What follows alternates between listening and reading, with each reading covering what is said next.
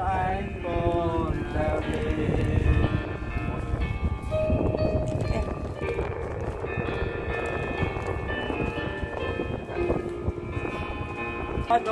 Fanote, il sole se rischiede, ma per il quasena, malinconia,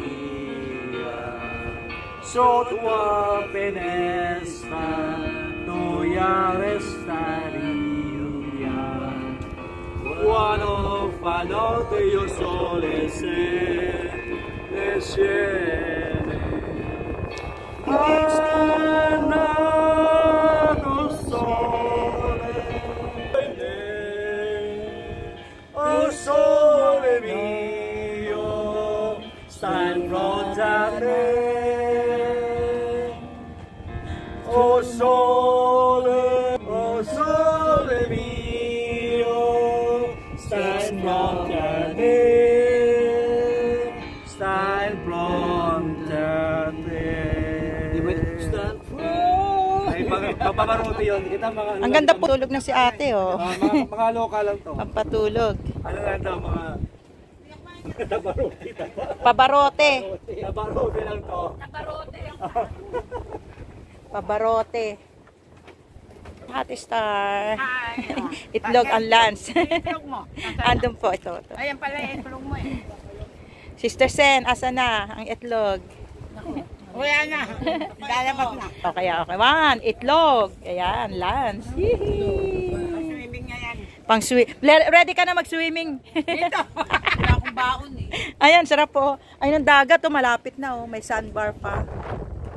Actually, ewan ko kung Ang ganyan lang siya eh. oo nga. Malalim pa yan. Pwedeng lumakad hanggang doon. Kaya malalim. Bakawan na yun eh. Bakawan. So, this is my... Ito po, egg ko. Kakain na rin ako. Kuya Jun, kain na kayo itlog. Yung itlog niyo po. Kumain na kayo? Kain po kayo. Lunch time. Oh, kain muna tayo. Itlog mode tayo ngayon. Mitim ako sa hangin. Nakakaitim ang hangin. Yes. I have my egg here for lunch time. Grabe. May itlog. Ang baon ng itlog. Woo! May itlog. Ang baon namin ay itlog. Woo! May itlog. Ang baon namin ay itlog sa bakawan. Woo!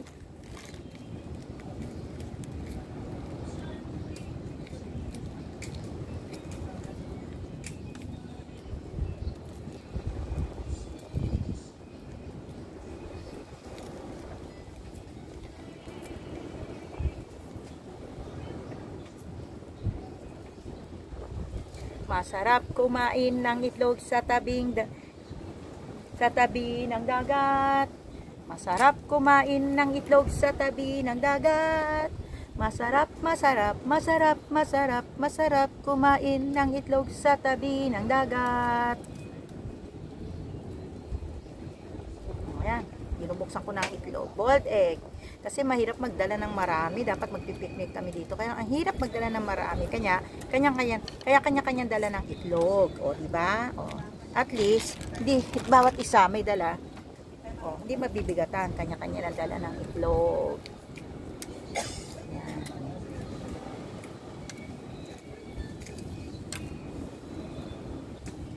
Nabalatan na siya. Hubad na siya. O, yan, diba? Tinti. Nagubad ang itlog na dala sa may tabi ng ng dagat. Oh. Nagubad ang itlog na dala sa tabi ng dagat. Nagubad ang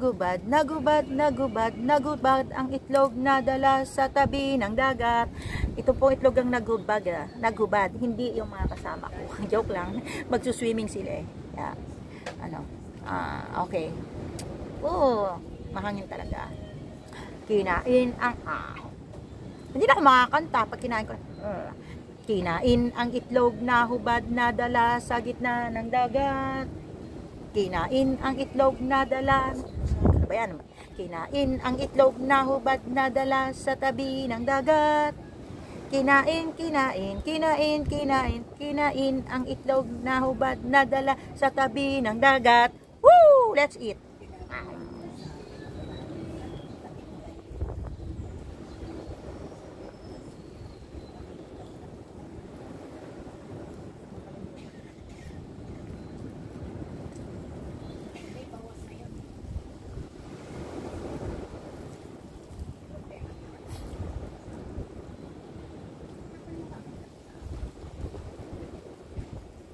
Kain tayong itlog.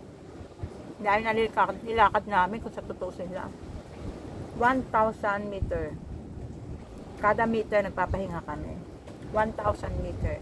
Pero pagdating mo sa dulo, ang ganda. Akala mo, parang buhay. Akala mo sa simula lang, ang dilim ng buhay.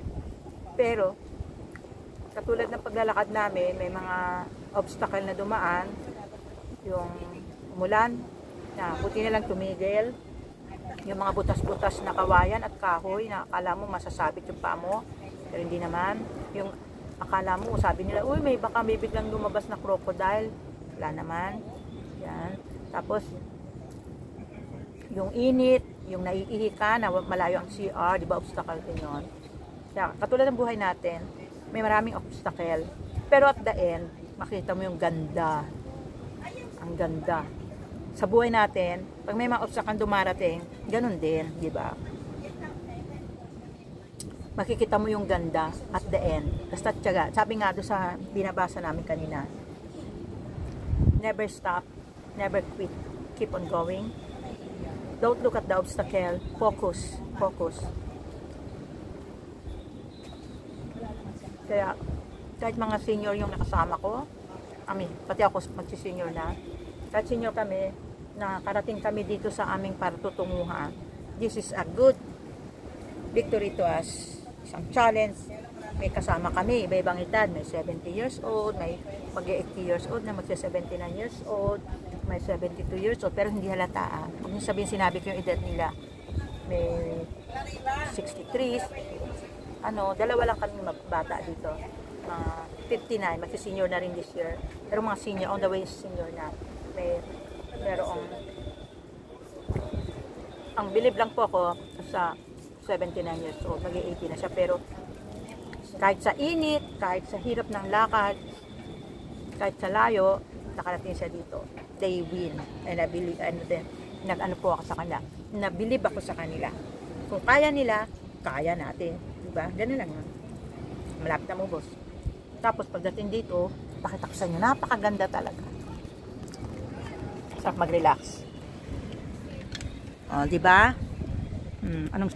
Ayan ang dagat.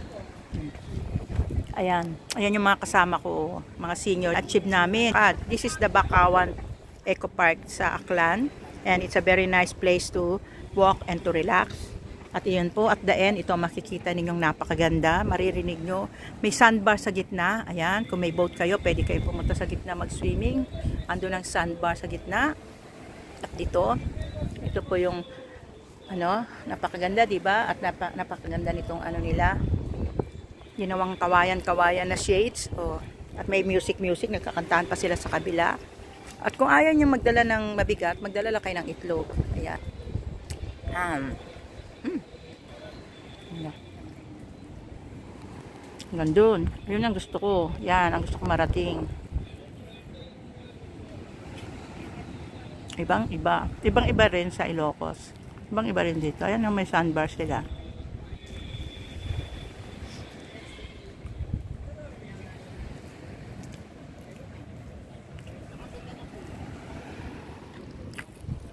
Ganda. Kaya ngayon nagre-relax na lang. Nagre-relax sila. Yan. Lahat po kami dito mga senior na yan. At kahit senior na sila, na-achieve namin yung aming goal na makarating sa dulo. Walang nag-give up. Kahit nasabi mong mayroong mag-80 na dyan, may 70 plus na dyan, may 60 above na dyan. Yan. Tingnan si Pastor, nagpapahangin pa. Galing po kami sa mission trip Kaya ngayon naman rest day namin. Kaya nagpapasalamat ako. Dahil masaya din yung after ng mission, mag-relax kami. I'm here. Relax lang. Muna, mamaya ulit. And thanks God kasi hindi umulan. Okay, maupo na ulit ako mag-relax. Yan. And, tadan! Kakakain, lumaki na yung